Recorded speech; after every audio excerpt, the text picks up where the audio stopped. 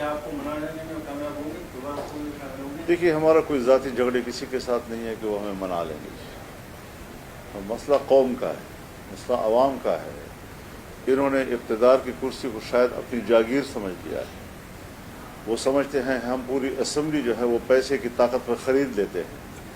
چنانچہ سندھ اسمبلی خریدی گئی ہے, بلوچستان اسمبلی خریدی گئی ہے, اور مختلف صوبوں میں انہوں نے جو پیسہ انویسٹ کیا ہے, پیسے کی بنیاد پر اگر ملک کی حکومت چلنی ہے اور اسمبلیاں خریدنی ہیں تو پھر ظاہر ہے کہ ہم تو فارغ ہیں. پی ٹی آئی کہہ رہی ہے کہ ملک کی بڑا گریٹ الائنس بنانے چاہ رہے ہیں. سندھ میں جیسا کہ 4 جماعتی اتحاد ہے, جو پی ٹی اے اور جے یو ہے, تمام جماعتیں جو الیکشن میں گاندھیوں کے خلاف ہوتا رہتے ہیں. کل رات آپ کی ڈی ڈی اے کے رہنماؤں سے ملاقات ہوئی ہے. کیا سندھ میں اس جو احتجاج جاری ہے اس کو مزید وسیع تر بنایا جائے گا, اور گرینڈ الائنس جو بننے جا رہے ہیں اس کے حوالے سے؟ دیکھیے ابھی تک کسی گرینڈ الائنس کا کوئی اس وقت باضابطہ تجویز نہیں ہے. رات کو بھی ہمارے ایک دوست نے گھر کے کھانے پہ سب کو بلایا تھا, ملاقات ہوئی سب کے ساتھ, بڑی اچھی ملاقات رہی. تو یہ ملاقاتیں ہونی چاہیے. اس میں مذاکرہ ہوتا ہے, اس میں ڈیبیٹس ہوتی ہیں, حالات کو سمجھا جاتا ہے, اور یہ ہمیں اندازہ لگانا ضروری ہے کہ ہم آئین و قانون کے حدود میں رہتے ہوئے اپنا حق اظہار رائے استعمال کریں. اور اس وقت نوجوان نسل میں بہت زیادہ شدت آ رہی ہے, اور ملک کے اندر ایک نظریہ تو نہیں ہے, بہت سے لوگ اپنے نظریوں کے حامل ہیں. کچھ لوگ ویسے ہی اسمبلیوں سے مایوس ہیں, ایک زمانہ ہو گیا کہ مایوس ہیں, مزید ان کو اسمبلیوں اور جمہوریت سے مایوس کیا جا رہا ہے. ایک طبقہ وہ بھی ہے جو بالکل جمہوریت کو کفر سمجھتا ہے. ہم نے اس ماحول میں جمہوریت کے ساتھ کھڑے ہونے کا فیصلہ کیا. ہم نے آئین اور قانون کی روشنی میں جمہوریت کی تشریح کی اور لوگوں کو اس کی طرف آمادہ کیا. اس ساری قربانیوں کے باوجود کون ہے جو ہمارے اس حق پہ ڈاکہ ڈالتا ہے؟ ہم کوئی ڈاکہ تسلیم نہیں کرتے. ہم ڈاکہ ڈالنے میں مجرم سمجھتے ہیں. لاکھ دفعہ وہ اسٹیبلشمنٹ ہو, لاکھ دفعہ وہ فوج ہو, لاکھ دفعہ وہ مسلح قوت ہو, لیکن جبر کو جبر کہا جائے گا, اس کو کبھی عدل تسلیم نہیں کیا جا سکتا. اگر الگ یہ بتا دیں, یہ کہا جا رہا ہے کہ جس طرح پہلے عام لوگ بھی یہ کہتے ہیں کہ زرداری صاحب سے بھی آپ کی دوستی, میاں صاحب سے بھی آپ کی دوستی رہی ہے اور آپ کی ہے, تو اس وقت ایسے کون سی وہ چیز سامنے آئی کہ آپ اتنے ان سے دور ہوئے؟ دوسری یہ کہ کس کو سمجھتے ہیں کہ اسمبلیاں خریدنے کا آپ کن کو کہہ رہے ہیں, اور اصل ذمہ دار کون ہے جنہوں نے میں بڑی وضاحت کے ساتھ عرض کر دینا چاہتا ہوں جی کہ پیپلز پارٹی کو اور مسلم لیگ نون کو تقریباً وہی مینڈیٹ ملا ہے 2018 میں ملا تھا. پھر اس وقت دھاندلی کیوں تھی اور آج دھاندلی کیوں نہیں؟ پی ٹی آئی کو وہی تقریباً مینڈیٹ ملا ہے جو 2018 میں ملا تھا. اس وقت دھاندلی نہیں تھی, آج دھاندلی کیوں ہے؟ دونوں سے سوال ہے. لیکن جمعیت علماء اپنے اصولی موقف پہ قائم ہے. دھاندلی 18 میں ہوئی ہے تب بھی دھاندلی ہے, دھاندلی 2024 میں ہوئی ہے تب بھی دھاندلی ہے. جہاں تک پارٹیوں کا تعلق ہے, ضرور سب دوست تشریف لائے ہیں, ان کے اکابرین تشریف لائے ہیں, ہم نے ان کو احترام دیا ہے. احترام کا رشتہ تو پہلے بھی رہا ہے, آئندہ بھی رہے گا. اور پی ٹی آئی کے وفود بھی آئے ہیں, ایک سے زیادہ مرتبہ وہ تشریف لائے ہیں, ہم نے ان کو بھی احترام دیا ہے, عزت دی ہے. اور سیاست میں آپ جانتے ہیں کہ ہم نے کبھی بھی تلخی کو فروغ نہیں دیا, تعصبات کو فروغ نہیں دیا, گالم گلوچ کو فروغ نہیں دیا. موقف لیا ہے, اتفاق رائے بھی کیا ہے, اختلاف رائے بھی کیا ہے, اعتدال کے ساتھ اور دلیل کے ساتھ کیا ہے. لیکن میں آپ کو اطمینان دلاتا ہوں کہ اب تک ہم اپنے موقف پہ قائم ہیں. پارلیمنٹ میں جائیں گے, احتجاجی اور تحفظات کے طور پر ہم جائیں گے, کوئی ووٹ ہم نے استعمال نہیں کرنا. اور انشاءاللہ العزیز ہماری جو دوست جماعتیں جو ہمارے پاس تشریف لائے, بار بار لائے, انشاءاللہ اب وہ اصرار نہیں کریں گے. ہم نے اپنے موقف ان کو تقریباً منوا لیا ہے.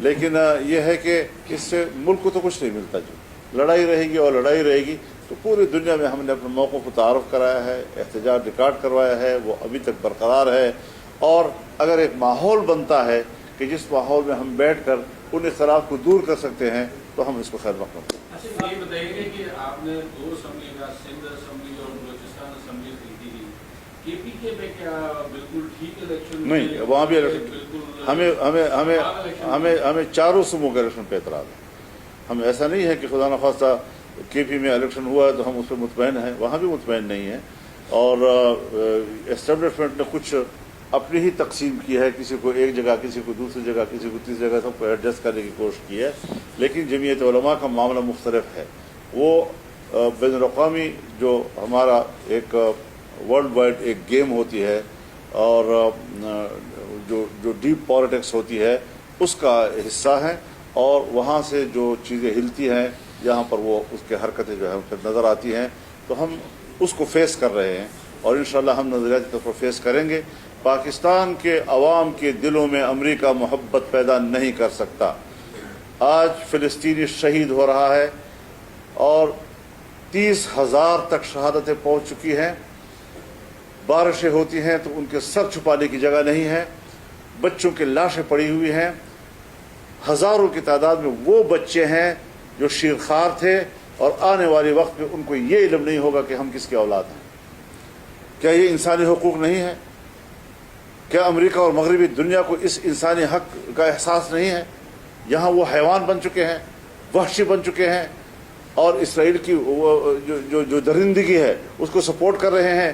کس منہ سے امریکہ اور مغربی دنیا آئندہ پوری دنیا میں انسانی حق کی بات کرے گا؟ شرم نہیں آئے گی ان کو؟ اور اسلامی دنیا کے حکمرانوں کو بھی حیا کرنی چاہیے. ان کی غیرت و حمیت کہاں چلی گئی ہے کہ اسلامی دنیا اس وقت جو ہے وہ خواب خرگوش کے مزے لے رہی ہے؟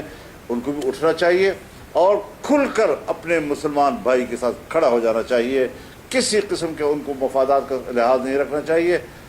دنیا کو اللہ نے قائم رکھنا ہے, عزت اللہ نے دینی ہے, رزق کا مالک اللہ ہے, ترقی کا مالک اللہ ہے, اور اللہ پر اعتماد شاید مسلمان حکمرانوں کا ختم ہو چکا ہے. وہ صرف دنیا کے حکمرانوں کو, خداؤں کو جانتے ہیں. امریکہ کی خدائی کا انکار کر دیں اور اللہ کی خدائی کا اقرار کر دیں, فلسطینیوں پر مصیبت کم ہو جائے گی. ہم نے تو ان کو ظلم کے حوالے کر دیا, درندوں کے منہ میں چھوڑ دیا ہے. کوئی اسلامی دنیا کا حکمران ہے جس کو کچھ تو حیا آئے, کچھ تو شرم آئے, کچھ تو اپنے کلمے کی حیا اس کے پاس ہو. بہت افسوسناک صورتحال ہے اس وقت کہ ہم سب جو ہے اقتدار کی جنگ تو لڑ رہے ہیں, لیکن ایک مسلمان قوم کی 2-3 مہینے کے اندر 30,000 تک شہادتیں, یہ بھی تو کوئی منہ سے, ایک گھر نہیں ہے کسی کے پاس. بارش آتی ہے, بارشوں کے اندر اس کی مائیں جو ہے اپنے بچوں کو سنبھال نہیں سکتی, کسی کو رحم نہیں آتا ان کی حالت پر. گھاس کھا رہے ہیں وہ, چھوٹے چھوٹے بچے گھاس کھاتے ہیں اور ان کو پوائزننگ ہو جاتی ہے اور وہ مر جاتے ہیں اس سے.